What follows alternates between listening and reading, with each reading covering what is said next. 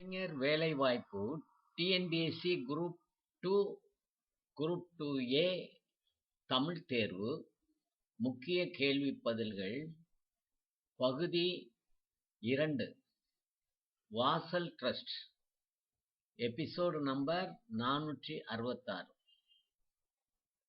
அன்பு இளைஞர் செல்வங்களே, நாங்கள் தரும் அத்தனையும் உங்களுக்கு மிகவும் பயனுள்ளதாக இருக்கும்.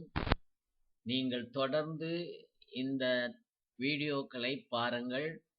நீங்கள் பரீட்சை எழுதுவதற்கு மிகவும் உதவிகரமாக இருக்கும் என்பதால் இதனை டிஸ்கிரிப்ஷன் சைடிலும் இந்த பகுதியினை நீங்கள் பிரிண்ட் அவுட் செய்து கொள்ள முடியும். தொடர்ந்து பாருங்கள். நாங்கள் தமிழில் மட்டுமல்ல, ஆங்கில பாடம் மற்றும் சோசியல் சயின்ஸ் பாடம், எக்கனாமிக்ஸ் மற்றும் முக்கிய ஜெனரல் நாலேஜ், கரண்ட் அஃபேர்ஸ் குறித்து தொடர்ந்து இந்த வீடியோக்களை போட இருக்கிறோம்.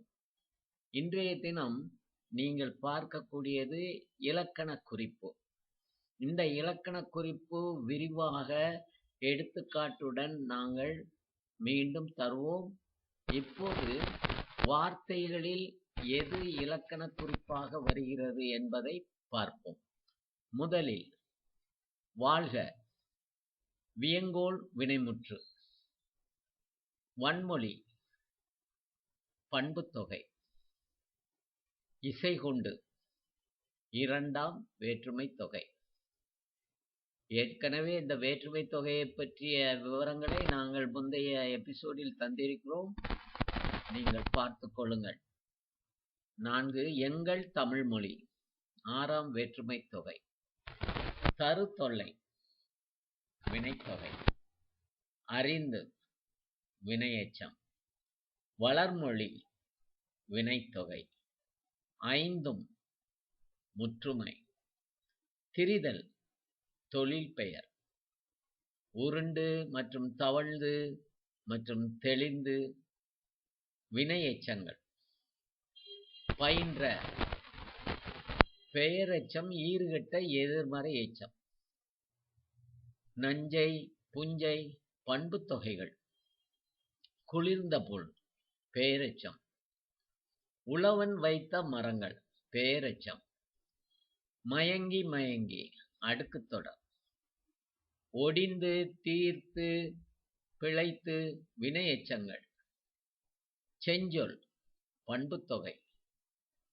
தழா அல் செய்யுள் அசைப்படை செய்யுளிசை அளபடை. வளா அமை செய்யுளிசை அளபடை. அவர் அவர் அடுக்குத் தொடர். தக்கார் மற்றும் தகவிலார் வினையாளனையும் பெயர். பயவா ஈறுகெட்ட எதிர்மறை பெயரெச்சம். வாழ்க்கை தொழில் பெயர். நெடுந்தேர் பண்புத்தொகை. கடல் ஓடா ஈறுகெட்ட எதிர்மறை பெயரெச்சம். போர்த்து வினையெச்சம். வருமுன்னர் ஓமை அணி. அரும்பணி பண்புத்தொகை. ஒழுக்கம் ஓர்தல் தொழில் பெயர். தீரா கூற்றவா ஈறுகெட்ட எதிர்மறை பெயரெச்சம். இப்போது ஈறுகெட்ட எதிர்மறை பெயரெச்சம் என்பது என்ன? எதிர்மறை பொருளில் வரும் வினைச்சொல்லின் இறுதியில் வரும் ஆ என்னும் விகுதி அதுடன் சேர்ந்து வரும் மெய்யெழுத்தும் மறைந்து வரும் ஒரு சொல். உதாரணமாக பெய்யாத மழை என்பதற்கு பதிலாக பெய்யா மழை என்று வரும்போது பெய்யாத என்பதில் இருந்த தா என்னும் ஈறுகெட்டு பெய்யா என்று வந்துள்ளது. மேலும் விளக்கம்: ஈறு ஒரு சொல்லின் கடைசி எழுத்து. எதிர்மறை இல்லாத இல்லை என்ற பொருளை தரும் சொல். பெயரெச்சம் ஒரு பெயர் சொல்லுக்கு முன்னால் வந்து அந்த பெயர் சொல்லை விவரிக்கும் சொல். உதாரணமாக பெய்யாத மழை மழை என்பது உங்களுக்கு தெரியும், அது பெயர் சொல். பெய்யாத மழை, பெய்யா மழை என்று சொன்னால் ஈறுகெட்டது எது? த. பேசாத பேச்சு, பேசாத பேச்சு, பேச்சு பெயரெச்சம். பேசாத, பேசா பேச்சு, பேசாத என்பதில் உள்ள தா ஈறுகெட்டது. உழவாத தென்றல், உழவா தென்றல், உழவாத என்பதில் உள்ள தா ஈறுகெட்டது. செல்லாத காசு, காசு பெயரெச்சம். செல்லாத, செல்லா காசு, செல்லா காசு, செல்லாத என்பதில் உள்ள த ஈறுகெட்டது. இந்த உதாரணங்களில் எதிர்மறை பொருளை தரும் செல்லாத, பெய்யாத, பேசாத, உழவாத போன்ற சொற்களில் வரும் தா என்ற ஈற்று உயிர்மெய்யானது பெய்யா, பேசா, உழவா, செல்லா என வரும்போது மறைந்து விடுகிறது. இவ்வாறு ஈறுகெட்டு வரும் எதிர்மறை பெயரெச்சமே ஈறுகெட்ட எதிர்மறை பெயரெச்சம் எனப்படும். மாணவ செல்வங்களே, அத்தனையும் நாங்கள் டிஸ்கிரிப்ஷன் சைடில் கொடுத்திருக்கிறோம். நீங்கள் பிரிண்ட் அவுட் செய்து கொள்ளலாம். தயவு செய்து மற்றவர்களுக்கும் இதை பற்றி தெரிவித்துக் கொள்ளுங்கள். சப்ஸ்கிரைப் செய்ய மறவாதீர்கள். இன்னும் இரு திணைகளை பற்றி நாங்கள் சொல்கிறோம். இருதிணை, ஒன்று உயர்திணை, மற்றொன்று அஃறிணை. தமிழ் இலக்கணத்தில் இருதிணை என்பது உயர்திணை மற்றும் அஃறிணை என இரு வகைப்படும். உயர்திணை என்பது மனிதர்களையும் தேவர்களையும் குறிக்கும். அஃறிணை என்பது மனிதர்கள் அல்லாத மற்ற உயிரினங்களையும் உயிரற்ற பொருள்களையும் குறிக்கும். ஐம்பால் பொருள் தருக. ஆண்பால், பெண்பால், பலர்பால், ஒன்றன்பால், பலவின்பால். ஐம்பால் வகைகள் 5.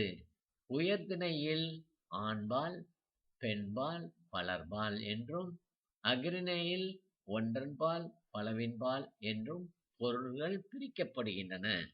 உதாரணமாக, ஆண்பால் அவன், பெண்பால் அவள், பலர்பால் அவர், ஒன்றன்பால் மரம், பலவின்பால் மரங்கள் பல என்பனவற்றை கூறலாம். ஐம்பால் வகைகள் மற்றும் எடுத்துக்காட்டுகள். ஆண்பால் உயர்திணைப் பொருள்களில் ஆண்களை குறிப்பது. எடுத்துக்காட்டு: அவன், சிறுவன், வளவன். பெண்பால் உயர்திணைப் பொருள்களில் பெண்களை குறிப்பது. எடுத்துக்காட்டு: அவள், சிறுமி, வளத்தி. பலர்பால் உயர்திணைப் பொருட்களில் பலரை குறிப்பது. எடுத்துக்காட்டு: அவர், பெண்கள், மக்கள். 4. ஒன்றன்பால் அஃறிணைப் பொருள்களில் ஒன்றை குறிப்பது. எடுத்துக்காட்டு: மரம், கல், புத்தகம். இந்த பகுதி உங்களுக்கு உண்மையிலேயே நன்றாக கேள்விகளை புரிந்து எழுதுவதற்கு உதவிகரமாக இருக்கும். குரூப் 2 சர்வீசஸில் நீங்கள் நன்றாக தேர்ச்சி பெற இந்த கொஸ்டின்கள், முக்கியமாக இந்த கேள்வி பதில்கள் நன்றாக உதவிகரமாக இருக்கும் என்று நினைக்கிறோம். மீண்டும் ஒவ்வொரு நாளும் தமிழ் பற்றிய 5 பகுதிகளாக தர இருக்கிறோம். பிறகு சோசியல் சயின்ஸ், ஹிஸ்டரி, ஜியாகிரபி, இந்திய வரலாறு, கரண்ட் அஃபேர்ஸ், ஜெனரல் நாலேஜ் அனைத்தையும் இன்னும் ஒரு சில தினங்களில் பதிவிறக்கம் செய்வோம். நீங்கள் சப்ஸ்கிரைப் செய்து கொள்ளுங்கள். ஒவ்வொரு நாளும் இந்த இளைஞர் வேலைவாய்ப்பு சர்ச் பெல் வாசல் ட்ரஸ்ட் மூலமாக தந்து விடுகிறோம். நீங்கள் அதை வெற்றிகரமாக உங்கள் பணிக்கு டிஎன்பிஎஸ்சி கவர்மெண்ட் அரசு பணியில் சேர்வதற்கு இது உதவியாக இருக்கும் என்பதால் முக்கிய கவனம் செலுத்தி தந்து கொண்டிருக்கிறோம். வெற்றி உங்களுக்கே.